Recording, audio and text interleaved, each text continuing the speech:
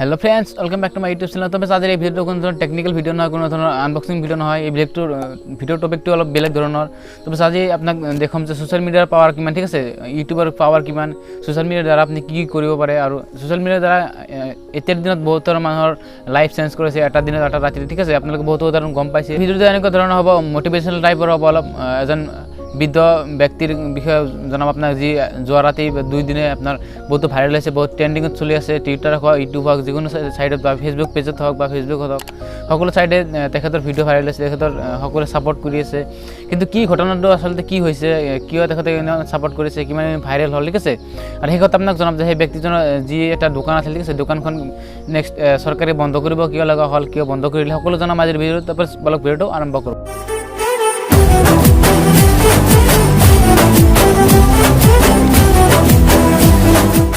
যোৱা 2 দিন ধৰি এটা ভিডিঅ' ভাইৰেল হৈছে, যিটো ভিডিঅ'ত আপোনাক দেখুওৱা হৈছে যে এজন ব্যক্তি, ঠিক আছে, প্ৰায় 80 বছৰতকৈ অধিক এজন ব্যক্তিয়ে এটা ধাবা চলাই, মানে ৰোড ছাইডত যিটো ধাবা থাকে, ঠিক আছে, য'ত ফুটপাথত যিবোৰ দোকান থাকে, দোকান চলাই জীৱন যাপন কৰি আছে, ঠিক আছে। কিন্তু এই মহামাৰীত যি পৰিস্থিতিৰ সৃষ্টি হৈছে, কৰোণা কালৰ সৃষ্টি হোৱাৰ কাৰণে যি লকডাউনৰ প্ৰভাৱ পৰিছে দোকানবিলাকত, আপোনালোক সকলো গমেই পায় কেনেকুৱা চিটুৱেশ্যন হৈছে এটা। সেই চিটুৱেশ্যনৰ কাৰণে তেখেতৰ ধাবাত বিক্ৰী অতি কমি গৈছিল, ঠিক আছে। চ' গৌৰৱ নামৰ ব্যক্তিজনে এনেকুৱা ভিডিঅ'বিলাক বনাইছিল, আৰু বনাই যোৱা 2 দিন আগতে কান্তাপ্ৰসাদ নামৰ যি ডেইলিৰ যি মালবাৰ চহৰ, ঠিক আছে, মালবাৰ চহৰৰ যি কান্তাপ্ৰসাদ নামৰ ব্যক্তিজন ধাবালৈ গৈছিল। যোৱাৰ পাছত তেখেতৰ যি কাহিনী, যি কেনেকুৱা কি হৈছে, তো হঠাতে ব্যক্তিজনে কৈছিল যে যিখিনি খৰচ কৰে, ঠিক আছে, যিখিনি বস্তু বনোৱাৰ কাৰণে যিখিনি আপোনাৰ যিখিনি আইটেম লাগে, যিখিনি বস্তু খৰচ হয়, তাতে যিখিনি পইচা খৰচ হয়, সেইখিনি পইচা কিছুমান দিন নুঠে, লছত গুচি যায়। চ' সেই ইউটিউবাৰজনে ভাবিছে যে তেখেতক কিবা হেল্প কৰাৰ কাৰণে অলপ ছাপোৰ্ট যদি কোনোবা কৰে তেতিয়াহ'লে ভাল আছিল। যে তেনেকুৱা কি কৰিছিল, ভিডিঅ'টোৰ ডেছক্ৰিপশ্যনত ফোন নম্বৰ দিছিল, সেই ফোন নম্বৰ দ্বাৰাই বহুতে ডনেশ্যন কৰিছিল, আৰু সেই ডনেশ্যনৰ পইচা প্ৰায় 1 লাখ 1.5 লাখ টকা হৈছিল। সেই ইউটিউবাৰজনে তেখেতক হেল্প কৰিছিল। হেল্প কৰাৰ পাছত কি হৈছিল, এই ভিডিঅ'টো সকলোৱে শ্বেয়াৰ কৰিব আৰম্ভ কৰিছিল। বহুত ডাঙৰ ইউটিউবাৰ, বহুত ডাঙৰ এক্টৰ, এক্ট্ৰেছ, আৰু বহুতো ডাঙৰ যিবোৰ টিভি ৰিপৰ্টাৰ আছে, ঠিক আছে, টিভি চেনেল আছে, সেই টিভি চেনেলবিলাকে সেই ৰিপৰ্টটো কভাৰ কৰিব ধৰিলে। কি হৈছে, মানুহে যেতিয়া সকলোৱে গম পোৱা হ'ল যে বাবাকী ধাবা নামৰ এজন এটা দোকানত এনেকুৱা ব্যক্তিয়ে এনেকুৱা কষ্টত জীৱন যাপন কৰিছিল, সকলোৱে হেল্প কৰাৰ কাৰণে গৈছিল তাতে। সেইটো হেল্প কৰাৰ কাৰণে গৈছে, সেইটো ভাল কথা। কিন্তু কিছুমানে তাতে বস্তু দোকান গৈছে, খাই কিনে তাতে ৰখি থাকিছে, ঘৰত যোৱা নাই। তাতে বহুতো মানুহ জমা হৈছে ভিৰ হোৱাৰ কাৰণে। আপোনালোকে গম পায় যে কৰোণা কালত তেতিয়া মানুহৰ একগোট খোৱাটো বহুত ডেঞ্জাৰাছ হয়। চ' সেনেকুৱা জমা হৈ থাকিছে, আৰু বস্তুখিনি যিবিলাক মানুহ তাতে বস্তু খোৱা মূলাক লৈছিল, ঠিক আছে, খোৱাৰ পাছত বস্তুখিনি তাতে ৰাস্তাতে পেলাইছিল। চ' অলপ বেয়া চিটুৱেশ্যন আৰম্ভ হৈছিল।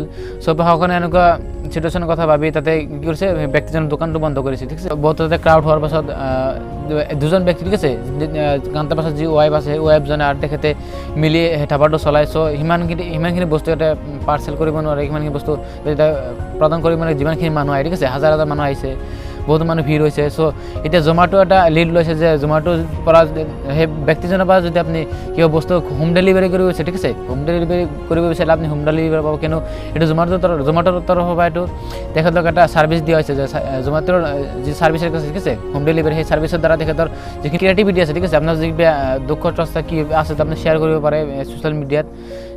পাৰা মানে আপোনাৰ ভাল হ'ব, কিয়নো আপোনালোকে এতিয়া গমেই পায় যে ছ'চিয়েল মিডিয়াত কিবা এটা বস্তু যোৱাৰ লগে লগে এইটো বহুতো শ্বেয়াৰ হয়, বহুতো এক্টিভ থাকে ছ'চিয়েল মিডিয়াত।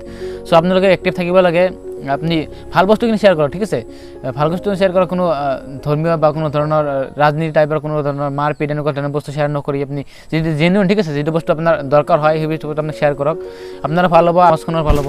কান্তাপ্ৰসাদ নিচিনা আপোনাৰ অসমত নহওক বা আপোনাৰ গোটেই ভাৰতবৰ্ষত হওক, বহুতো মানুহ পাব তেনেকুৱা ধৰণৰ যি আপোনাৰ বহুতো ডেইলি লাইফত বহুত কষ্ট কৰিব লগা হয়, খাব নাপায় বা এবেলা খালে আৰু এবাৰ খাব নাপায়, ঠিক আছে। এনেকুৱা ব্যক্তি যদি আপুনি সেই কান্তাপ্ৰসাদ নিচিনা এজনক হেল্প নকৰি সেই সকলোকে অলপকৈ হেল্প কৰিব লাগে, ঠিক আছে। ছ'চিয়েল মিডিয়াৰ যিটো পাৱাৰ কথা মই কৈছিলোঁ, ছ'চিয়েল মিডিয়াৰ কিমান পাৱাৰ আছে সকলোৱে আপোনালোকে গম পাইছে, ঠিক আছে। যদি ভিডিঅ'টো আপোনালোকে গম পাইছিল যে এনেকুৱা কিবা কাহিনী হৈ আছে, তেতিয়া আপুনি শ্বেয়াৰ কৰিব, সকলোকে এটা সুবিধা কৰি দিব যে ছ'চিয়েল মিডিয়াত বেয়া বস্তু খেলি শ্বেয়াৰ নহয়, ঠিক আছে। ছ'চিয়েল মিডিয়াৰ দ্বাৰা কাৰো লাইফ ধ্বংস হোৱাতকৈ যি আপোনাৰ উন্নতিৰ দিশে যায়, সেনেকুৱা এটা কামো হয় ছ'চিয়েল মিডিয়াৰ দ্বাৰা, এনেকুৱা আপুনি শ্বেয়াৰ কৰিব পাৰে সকলো, ঠিক আছে। তো বাই জয় হিন্দ।